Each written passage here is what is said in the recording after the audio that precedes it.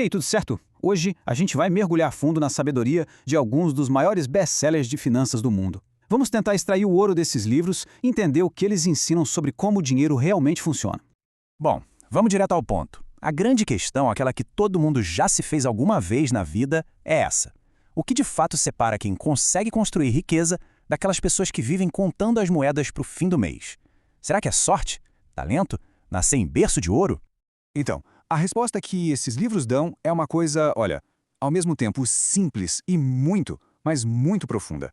A questão não é o quanto de dinheiro se tem na conta agora, mas sim como se pensa sobre ele. A verdadeira batalha pela riqueza acontece e é vencida, primeiro, dentro da nossa cabeça. E olha, essa ideia não é de hoje não. O Napoleão Hill, lá no clássico dele Quem Pensa Enriquece, já falava isso há quase um século. Ele passou anos estudando as pessoas mais bem-sucedidas da época dele e a conclusão foi essa. O que todas elas tinham em comum era o jeito de pensar.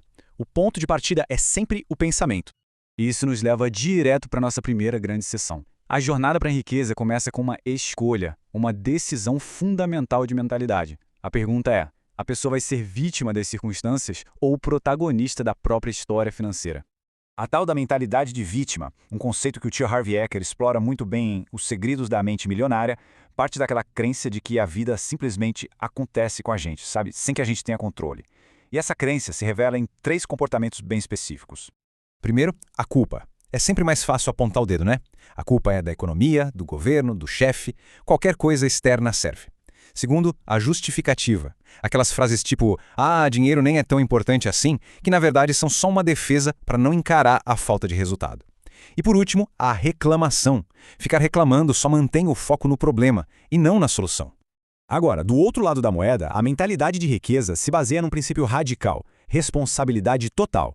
Quem pensa grande entende que cria a própria realidade financeira. É ser o piloto do avião, não o passageiro. É assumir o controle e a bronca pelos resultados, sejam eles bons ou ruins. E aqui a gente vê a grande diferença na estratégia do jogo. Quem tem mentalidade rica joga o jogo do dinheiro para ganhar. O objetivo é a abundância, é a prosperidade. Já quem tem uma mentalidade de escassez joga para não perder. O foco é só sobreviver, ter o mínimo de segurança. É a diferença brutal entre jogar no ataque e jogar só na defesa. Beleza, mentalidade ajustada. E agora? Bom, o próximo passo é transformar esses pensamentos em ações de verdade, em coisas que a gente faz todo dia. É aqui que entram os hábitos, que são a ponte entre o nosso mundo interior e os resultados lá fora.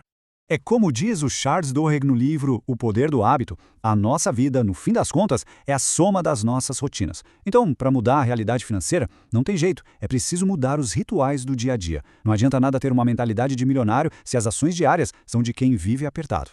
A grande sacada aqui é a seguinte: o universo, o mercado ou como se queira chamar, não vai dar mais recursos para quem não sabe cuidar do pouco que já tem.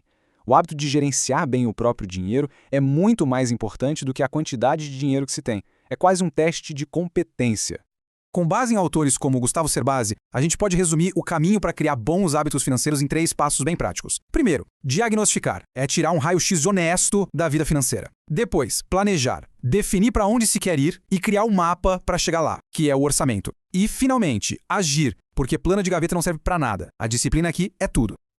Ok, com a mente no lugar e os hábitos começando a se formar, a gente entra na terceira parte, que é a parte mais estratégica do jogo. É hora de fazer o dinheiro começar a trabalhar pra gente, e não o contrário. Essa é uma das lições mais poderosas do Pai Rico, Pai Pobre, e ela conecta tudo o que a gente viu. A mentalidade de protagonista entra com tudo aqui. Em vez de só correr atrás de um salário maior, o foco muda para comprar ou construir ativos, ou seja, coisas que colocam dinheiro no bolso, como ações, imóveis, um negócio. A ideia é criar fontes de renda que não dependam do tempo de trabalho. E se a gente está falando de riqueza, temos que usar a régua certa para medir, né? A medida real da riqueza não é o salário, é o patrimônio líquido. O conceito é super simples. É a soma de tudo que se tem de valor, os ativos, menos a soma de tudo que se deve, os passivos. O número que sobra no final, esse é o placar do jogo. E como é que se constrói esse patrimônio? Basicamente, são 4 pilares. Aumentar a renda, obviamente, poupar uma parte importante dessa renda, investir o que foi poupado para fazer o dinheiro se multiplicar e um fator que muita gente esquece, a simplificação, que é reduzir o custo de vida de propósito para conseguir poupar ainda mais. Todos os 4 são fundamentais. Cara, eu acho essa metáfora do T. Harv Eker simplesmente genial. Cada real pode ser visto de 2 formas, como algo para gastar agora para satisfazer um desejo, ou como uma semente. Uma sementinha que, se for plantada do jeito certo nos investimentos, pode crescer, virar uma árvore de dinheiro e gerar frutos para o resto da vida. Bom, a gente está chegando no final da nossa conversa. Já passamos pela mentalidade, pelos hábitos, pela estratégia. Mas conhecimento parado não serve para muita coisa, né? Então a pergunta que fica é: qual é o próximo passo? Se a gente pudesse resumir tudo o que conversamos hoje, seriam estes 3 pilares. Primeiro, tudo começa na mente. Trocar a postura de vítima pela de protagonista. Segundo, transformar esse pensamento em ação, com hábitos financeiros inteligentes e disciplina. E terceiro, mirar esses hábitos para o alvo certo, construir ativos e fazer o patrimônio líquido crescer. E para fechar, fica uma pergunta para reflexão. Depois de tudo isso que a gente viu, vale a pena parar um minutinho para uma análise bem honesta. O jeito de pensar e de agir com o dinheiro hoje está construindo ou está destruindo o futuro que se deseja? A resposta para essa pergunta pode ser o começo de uma grande virada de chave.